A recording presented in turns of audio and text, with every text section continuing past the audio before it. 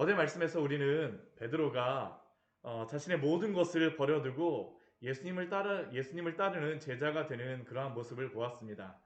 그런데 베드로가 어떻게 이렇게 모든 것을 버려두고 예수님을 따르게 되었을까요? 다른 어떤 것보다도 그가 예수님을 따르게 된 근본적인 이유는 예수님이 누구인가를 그가 알았기 때문입니다. 예수님이 누구인가를 알았기 때문에 그는 그 모든 것들을 버려두고 예수님을 따르게 되죠. 우리가 복음서에서 계속적으로 볼 수 있는 것은 예수님께서 자신이 누구인가를 계속적으로 우리에게 보여주십니다. 그리고 우리에게 예수님이 바로 참된 믿음의 대상이시오 주요 우리가 따를 뿐이심을 우리로 하여금 깨닫기를 원하세요. 그리고 오늘 말씀에서도 두 명의 병자를 고치시지만 예수님께서 우리에게 보여주고자 하는 다른 것은 고쳐주시는 것도 참 중요한 말씀이지만 예수님이 누군가라는 것을 우리에게 보여주시죠. 예수님께서는 오늘 말씀을 보게 되면 죄를 사하여 주시는 분이라는 것을 우리에게 보여주십니다. 오늘 두 가지의 그러한 병 고치는 그러한 이적은 예수님이 바로 죄를 사하여 주시는 분이라는 것을 우리에게 분명히 보여주죠. 오늘 12절 말씀을 보십시오. 예수님께서 한 동네에 계십니다. 한 동네에 계실 때에 온 몸에 나병 들린 사람이 있어서 예수님을 찾아왔습니다. 우리가 구약 성경을 보게 되면 특히 레위기 말씀을 보게 되면 이 나병이라는 이 병이 어떠한 것인가를 우리가 알 수 있지 않습니까? 나병 걸린 사람은 같이 집에서 한 식구가 함께 밥을 먹을 수도 없습니다. 제가 여기 이사 오고 나서 참 감사한 거 뭐냐면 아이들하고 이렇게 같이 식사를 할 수 있는 그러한 시간을 가질 수 있다는 게 얼마나 감사한지 모릅니다. 예, 같이 아이들하고 학교도 안 가니까 오랜만에 이렇게 아이들하고 같이 식사를 할 수 있는 그러한 기회가 있다는 게 얼마나 감사한지 모르는데 이 나병 들린 환자에게는 식구와 같이 같은 가족과 함께 식사 한번 한다라는 것이 사치인 사람입니다. 이 사람은 자신이 나병 걸렸다라는 그 순간서부터 가족에게도 버림받을 수밖에 없죠. 버림을 받는 게 아니라 떠날 수밖에 없습니다. 온 사회로부터 부모님, 또한 자식, 아내, 남편 함께 있을 수가 없어요. 더군다나 온몸에 나병이 들렸기 때문에 얼마나 흉측하게 보였겠습니까? 함께 할 수가 없죠. 사람들을 만날 때마다 이 사람은 죄 지은 사람으로서 스스로가 스스로를 항상 말해야 합니다. 사람들이 저쪽에서 오게 되면 자신으로부터 나병이 옮을까봐 부정하다, 부정하다 하고서 외쳐야 되죠. 흡사 오늘날 우리 지금 코로나19가 바로 이런 것 아닙니까? 우리가 이 코로나에 걸린 그러한 분들이 참 어려운 게 바로 이것이잖아요. 병에 걸린 것도 참 힘든데, 걸리고 난 다음에 다른 사람들부터 격리돼야 되고, 또 걸리고 난 이후에는 그것이 어떠한 족쇄와 같이, 주홍글씨와 같은 것으로 표현됨으로 말미암아 같이 어울릴 수가 없다는 게 바로 코로나 걸린 이후에 얻게 되는 그러한 걸린 분들의 그런 어려움인데, 바로 이 나병 환자가 그것이죠. 자신이 스스로 항상 부정하다, 부정하다 말할 수밖에 없고, 성경 자체에서 이 나병이라고 하는 것은 죄의 그러한 모습으로서 나타냅니다. 아예 그냥 이게 레위기 13장, 14장에 나오는데, 이 뒤에 15장 말씀해 보게 되면 대속죄일에 대한 말씀이 나오는데, 이 죄에 대해서 깨끗하게 하는 그 말씀 전에 이 나병을 나온다라는 것은 부정하다라는 것을 의미하는 것이거든요. 아예 그냥 이 나병이라고 하는 것은 죄의 그러한 것과 관련이 있다라는 표현입니다. 그래서 나병은 치료한다라는 말도 안 하고 오늘 말씀을 보십시오 한번. 깨끗하게, 깨끗함을, 깨끗하게 됨을. 그러니까 이게 치료한다라는 그런 개념이 아니라 정결하게 되어진다, 거룩하게 되어진다. 죄의 어떠한 의미로서 나병을 보여주고 있는 것입니다. 이러한 사람이 예수님 앞에 나왔습니다. 목숨을 건 것이죠. 자신이 나병 걸렸는데도 불구하고 예수님 앞에 나와 많은 사람들이 예수님을 따르는데 예수님 앞에 나온다라는 것은 자신의 목숨을 걸고 그럼에도 불구하고 예수님밖에 없기 때문에 예수님 앞에 나온 것입니다. 그의 고백이 무엇입니까? 엎드려서 구합니다. 자신이 예수님을 만날 얼굴을 쳐다보지도 못할 존재라는 것을 고백하고 있죠. 무엇이라고 고백합니까? 주여 원하시면. 이것은 믿음이 없어서 말하는 그러한 고백이 아닙니다. 예수님은 분명히 고칠 수 있음을 알고 있어요. 알고 있기 때문에 목숨을 걸고 나오는 것이죠. 그럼에도 불구하고 자신이 부정하다라는 것을 알기 때문에 제가 이 나병이 당신을 통하여서 곧 그 깨끗하게 될 만한 사람입니까? 라는 게 사실 이 사람의 고백입니다. 주여 원하시면 당신은 고치실 수 있다는 것을 알고 있지만 그럼에도 불구하고 저는 너무나도 큰 죄인이에요. 이 사람의 고백입니다. 그러나 당신이 원하시면 나를 깨끗하게 하실 수 있나이다. 이게 바로 이 사람이 예수님을 만났을 때의 고백이죠. 온몸에 나병 들린 사람.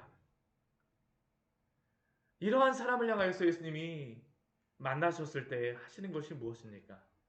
예수님께서 손을 내미세요. 그에게 대십니다.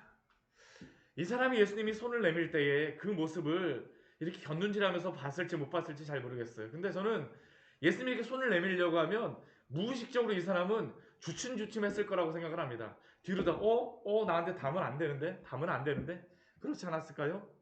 근데 예수님께서는 손을 내미세요. 그에게 대십니다. 이 사람에게는 이게 정말 오랜만에 사람의 그러한 체온을 느끼는 것이었을 것입니다. 예수님의 그 마음, 예수님의 사랑이 느껴지죠. 그 누구도 나병 걸린 이 사람에게 따뜻한 말 한마디, 누구도 이 사람에게 다가가지 않았었는데 예수님께서는 이 사람에게 그냥 말 한마디 하시는 것이 아니라 손을 내밀어 그에게 대시며 이르시되, 이게 바로 죄인을 향한 예수님의 마음이라는 것을 우리에게 말씀하여 주시죠. 예수님께서는 아무리 큰 죄를 범한 사람이라 할지라도, 아무리 원수 같은 사람이라 할지라도 예수님 앞에 나오게 되면 예수님이 이렇게 가까이 하시고 그를 고쳐주신다는 것을 온 몸으로써 보여주시는 것이 바로 온 몸에 나병 들린 사람을 통하여서 우리에게 보여주시는 겁니다. 사람들은 자신이 부정하여질까봐 그 나병 걸린 사람에게 가까이 가지 못하지만 예수님은 그렇지 않으세요. 왜 그럴까요?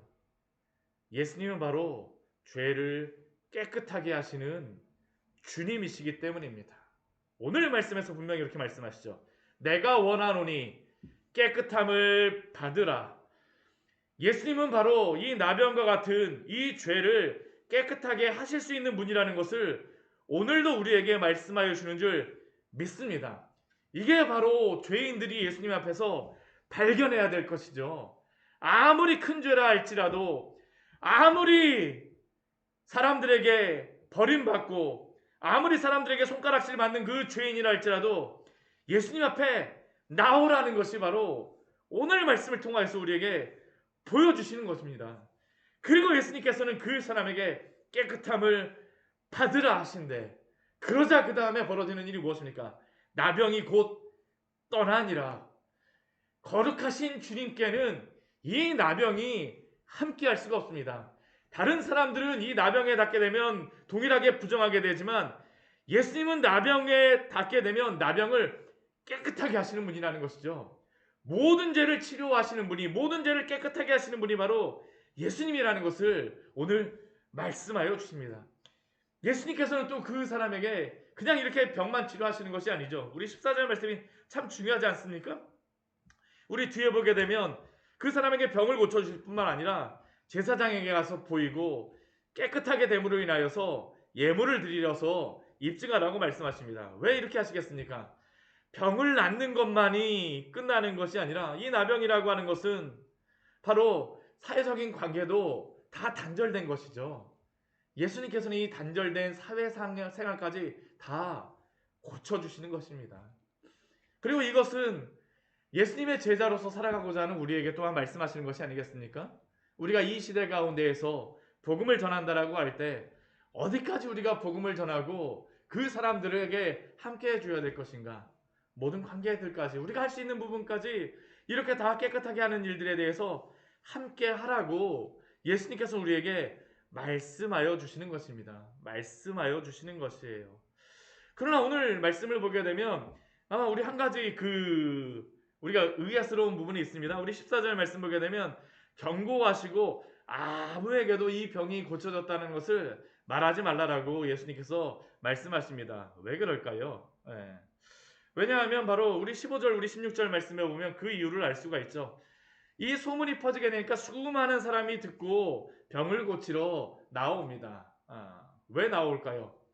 예수님을 죄를 깨끗하게 하시는 예수님이 오신 그러한 목적보다는 단순히 병을 고치는 그러한 의사로서만 생각하기 때문이죠. 예수님께서는 물론 병을 고쳐주시지만 그러나 본질적으로는 이 세상에 있는 모든 죄인들을 깨끗하게 하신 것을 알려주시기 위함이십니다. 우리들도 이러한 말씀을 볼 때에 또한 가져야 될 그런 마음들이 무엇입니까? 우리가 교만하게 되어지면 안 되죠. 우리가 무엇을 했다라는 것들, 우리의 소문이 퍼지는 것을 자랑하고 그것이 우리에게 어떠한 무엇이 아니라 오늘 16절 말씀 보십시오. 예수는 물러가사 한적한 곳에서 기도하시니라. 예수님은 다시 광야에 가십니다. 왜 그러실까요? 하나님과 교제하기 위하여서죠. 하나님의 말씀을 듣고 또한 하나님께 기도하시기 위하였습니다. 우리가 정말로 하나님 앞에 서야 될 마음이 바로 이러한 것 아닙니까? 우리가 무엇을 이루었다 할지라도 그것이 우리의 자랑으로서 사람들과 어울리는 물론 그런 것보다도 하나님 앞에서 우리가 기도하며 겸손하게 날마다 나아가기를 또한 예수님의 제자가 그렇게 나아가야 된다는 것을 또한 예수님께서 보여주시는 것입니다. 우리 뒤에 말씀도 우리 보게 되면 앞에서는 이 나병 환자를 고치신 그러한 말씀인데 이 뒤에 말씀에서는 중풍병자를 고치시죠. 여기서도 분명합니다. 예수님이 바로 죄를 깨끗하게 해주시는 분이라는 것을 분명히 보여주시죠. 우리 17절 말씀 보게 되면 하루는 가르치실 때라고 말씀합니다. 그러니까 이게 동일한 그 다음에 이루어지는 그러한 사건이라기보다는 조금 떨어진 사건이에요. 이 중간에 많은 병자를 고치는 것들도 있었을 텐데 이 중풍병자가 나온다는 것은 이 누가복음 말씀을 통하여서 말씀하시고자 하는 그러한 의도가 있다라는 것이죠. 의도가 있다라는 것입니다. 이렇게 하루는 가르치실 때에 이때에 누가 같이 있습니까? 온 바리새인과 율법 교사들이 예수님과 함께 앉아서 예수님에게 이 사람들이 말씀을 듣고 가르침을 받고 있습니다. 근데 이 바리새인과 율법 교사 같은 경우는 어떠한 사람들이겠습니까? 이 시대에 참 중요한 사람들입니다. 참 지도자들이고 어떻게 보면 이 사람들이 예수님을 따르는 그러한 상황 속에서 예수님의 사역을 더 도울 수 있는 사람들입니다. 그런데 이렇게 예수님을 도울 수 있는 그러한 사람들을 앞에다 두고 막 가르치시고 있는데 갑자기 큰 여러 가지 소동이 일어나죠. 갑자기 지붕이 확 뜯어져 나가는 일이 바로 이 말씀 아닙니까? 중풍병자가 왔는데 중풍병자가 예수님에게 갈 수 없자 그 친구들이 그 중풍병자를 침상째 메고 와갖고 지붕을 뜯고 나서 예수님 앞에 달아내렸다라고 우리 19절 말씀에 말씀하고 있습니다. 우리가 그냥 상식적으로 생각한다면 이렇게 중요한 사람들과 함께 성경 공부를 하고 있다면 예수님께서 이렇게 막 지붕을 뜯고 있으면 이 사람들에게 무엇이라고 말씀하셔야 될까요? 아니 우리 성경 공부하고 있는데 이렇게 막 중풍병자 이렇게 막 무례하게 예의 범절 없이 이렇게 하면 어떻게 하느냐라고 예수님이 한마디 하셔야 될 거 아니에요. 그렇죠? 이게 상식적인 우리의 생각인데 예수님은 그러시지 않습니다. 우리 20절 말씀 보게 되면 예수님은 그들의 무례함과 그들의 예의 없음을 보시는 것이 아니라 20절 말씀에서 보셨던 것은 바로 그들의 믿음이죠.